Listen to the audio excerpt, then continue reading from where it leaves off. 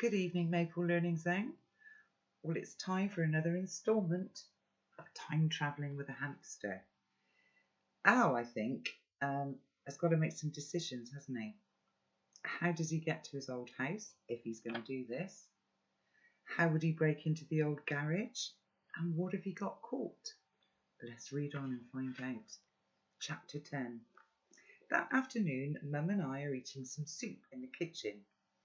Oh, it's one of her experiments, coconut and Stilton, which doesn't really work, to be honest. Steve's working late, and Carly said this morning that she was in the school choir, which I know to be a big fat lie. And besides, I saw her heading off in the other direction with Jolyon when I came out of school today. But I haven't said anything. I know far better than that. The soup is hot, and we have to wait for it to cool a little, which suits me fine. Mum, I'm trying to find the right words. Did Dad have any hobbies? I mean, things that he did apart from work.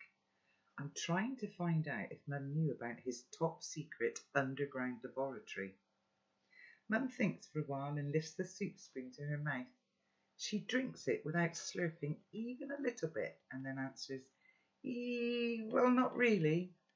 This that Mum says is part of her Geordie accent, and it usually makes me smile. But right now I'm far too interested in what's coming next.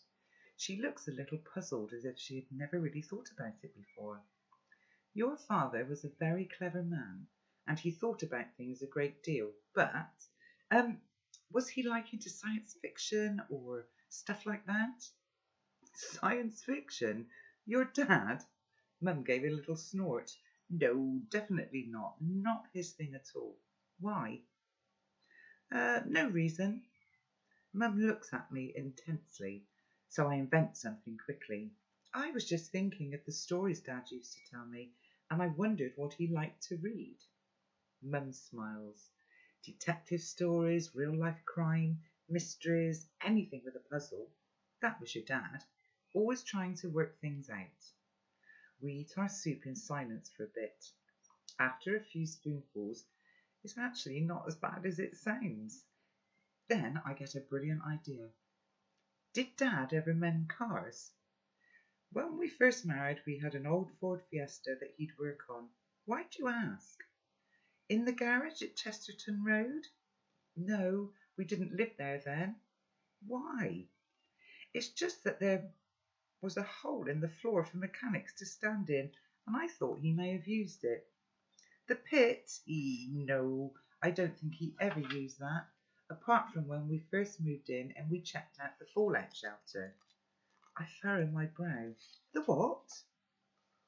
The people we bought the house from were terrified that there was going to be a nuclear war. McFadden they were called. Rough they were. And she makes a twirling motion with her finger right next to her head. Anyway, they converted the cellar into a shelter under the garage to protect them from a nuclear bomb. It was tiny and creepy. They thought it increased the value of the house, but it didn't. We only went in it once when they showed us around. Well, you never told me this before. Mum shrugs. Well, you never asked. You never asked about the loft either, but that was there as well. I suppose I didn't like the thought that you might want to play there, so I just never mentioned it. To be honest, Al, neither your dad nor I gave it a minute's thought. Mum's taking a deep breath and looking at me with her head tipped to one side. She's about to change the subject, and I think I know where it's headed.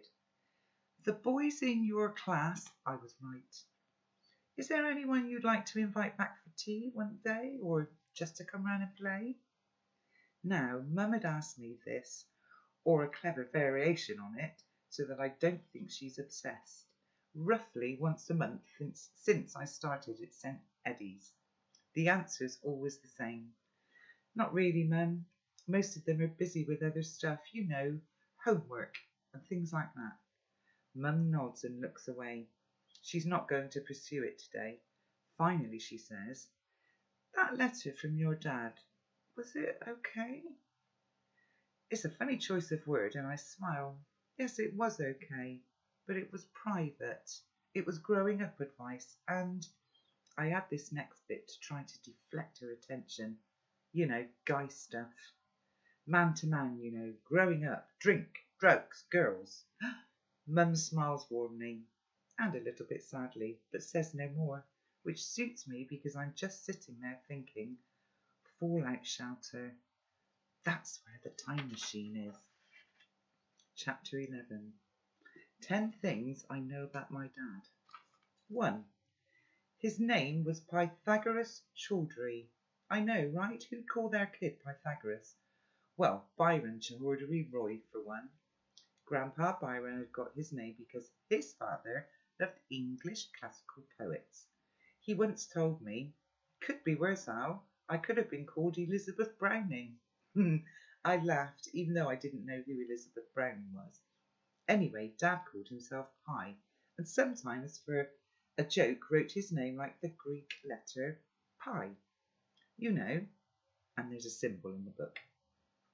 His sister's called Hypatia, and she lives in Canada, but I've only ever met her once. Well, twice actually, if you include when she was 5, which we'll get to later.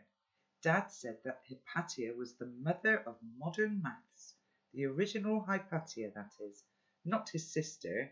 She's an estate agent. 2. He loved me very much. This is what Mum always tells me, so it must be true. 3. His favourite meal was fish and chips with chili pickle. He said to Mum that, like them, it was the perfect Anglo-Indian marriage, except he was only half Indian because Grandma Julie was Welsh. 4. He was very, very clever. He once built a dishwasher in the garage from old parts that he got from a friend. Mum said it didn't work very well, but she never said that to him. 5. He and Mum met when Dad was a student at university becoming a doctor. Not a real doctor, but an engineering doctor. That's why they call you when you pass an exam called a PhD. So his name was really Dr. Chaudhry, though he never called himself that, in case people thought he was a real doctor and wanted him to cure them. Mum was working at the university bookshop. 6. Oh, he wasn't very handsome. I know that sounds mean, but he wasn't.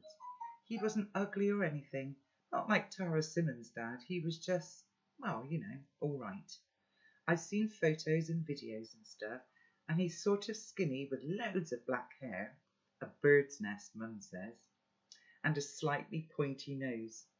It's his smile, you notice, though. Mum says it was his smile that she fell in love with first. There's a picture that we had up on the mantelpiece until shortly after Mum started going out with Steve, and Dad was grinning at the camera, and you could see what she meant. When he smiled, he became almost good looking, except for a crooked bottom tooth. I think he looks nice. I wish Mum hadn't taken the picture down. She probably thinks I haven't even noticed. 7. My dad didn't really have any hobbies like football or fishing. He just liked doing stuff with computers. At work, he wrote software programs that helped other programmers write their software programs. 8. He died 4 years ago when I was 8. I have tried to forget most of it, but I do remember the ambulance and going to stay with Auntie Ellie. Everyone said I was being brave, but I just didn't feel like crying until a few days later, and then it was too late to start. 9. He could sing songs in Punjabi. There was one that he taught to Mum as well, that they'd sing to me at bedtime, but she never sang it after he died.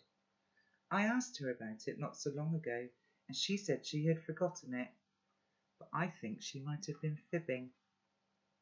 That's only 9, but I can't think of anything else. Is that really bad of me? I'm sometimes scared that I'm forgetting what my dad was like. End of chapter. Okay, Maple, I hope you enjoyed that. I enjoyed sharing it with you. Keep staying safe, keep enjoying the book, and we'll catch up again soon. Take care. Bye-bye.